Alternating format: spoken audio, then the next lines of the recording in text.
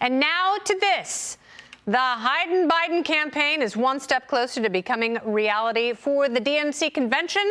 The DNC will decide next week if the roll call vote will be held over Zoom ahead of the convention so that Biden can be named the official Democrat presidential nominee in time for Ohio's deadline to get him on the ballot. That virtual vote would be held before August 7th, the Democrat convention.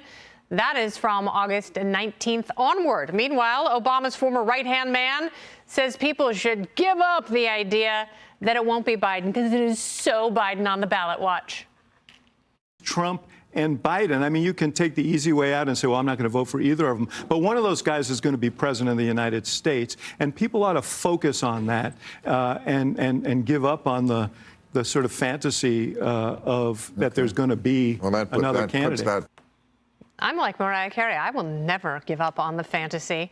But the Ragin' Cajun disagrees. Lizardman? I got to tell you, I don't say panic. There is real unease in the party. Oh, yeah. And, sometimes you go years with nothing happening, and then you go weeks with everything happening. It's politics. Anything can happen.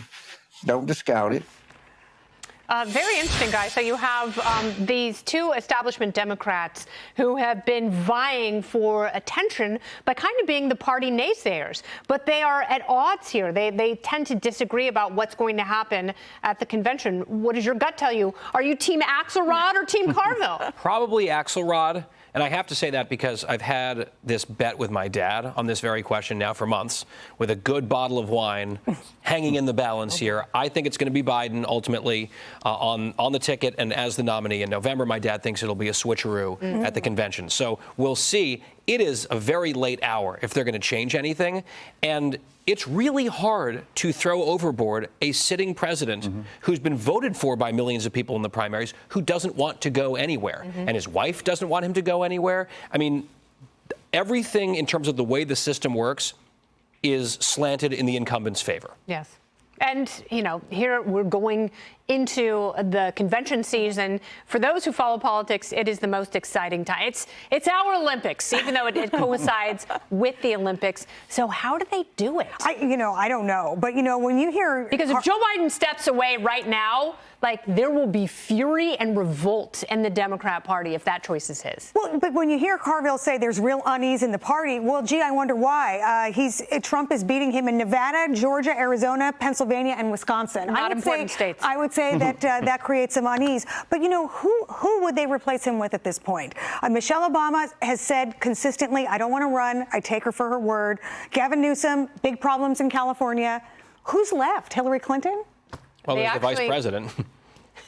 Well, let's not forget about her. It's so funny. People will go down a laundry list of hundreds of names. Right, they're down to state representatives from Arkansas. They're like, well, what about the sitting vice president? Oh, wow. The borders are. So let's talk about this, Joe, because one of the groups that Joe Biden is hemorrhaging, he's down 10 points among voters who don't have college degrees.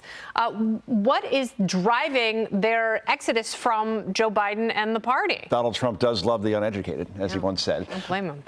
Every group is moving away from President Biden at this point. He's down 30 points among black voters. He's way down among Hispanic voters, young voters, because there's one consistent element in all this. Inflation.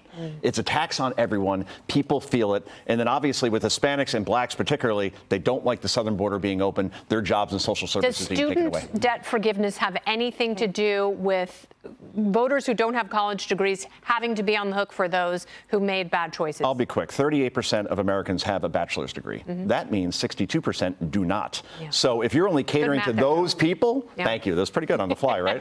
About 2/3 are saying, where's my check? Or people already paid their loans, where's my check? It's not playing well politically. And by the way, the unease that Carville talked about could morph into full-blown panic if, let's say, 3 weeks from now, the polls look the same. Right? After the convention, if the polls don't move their way, I think they will be really concerned. The conviction, yeah. I mean, that is going to be, if it stays the same, I think they're hosed. And I don't mean that as a compliment.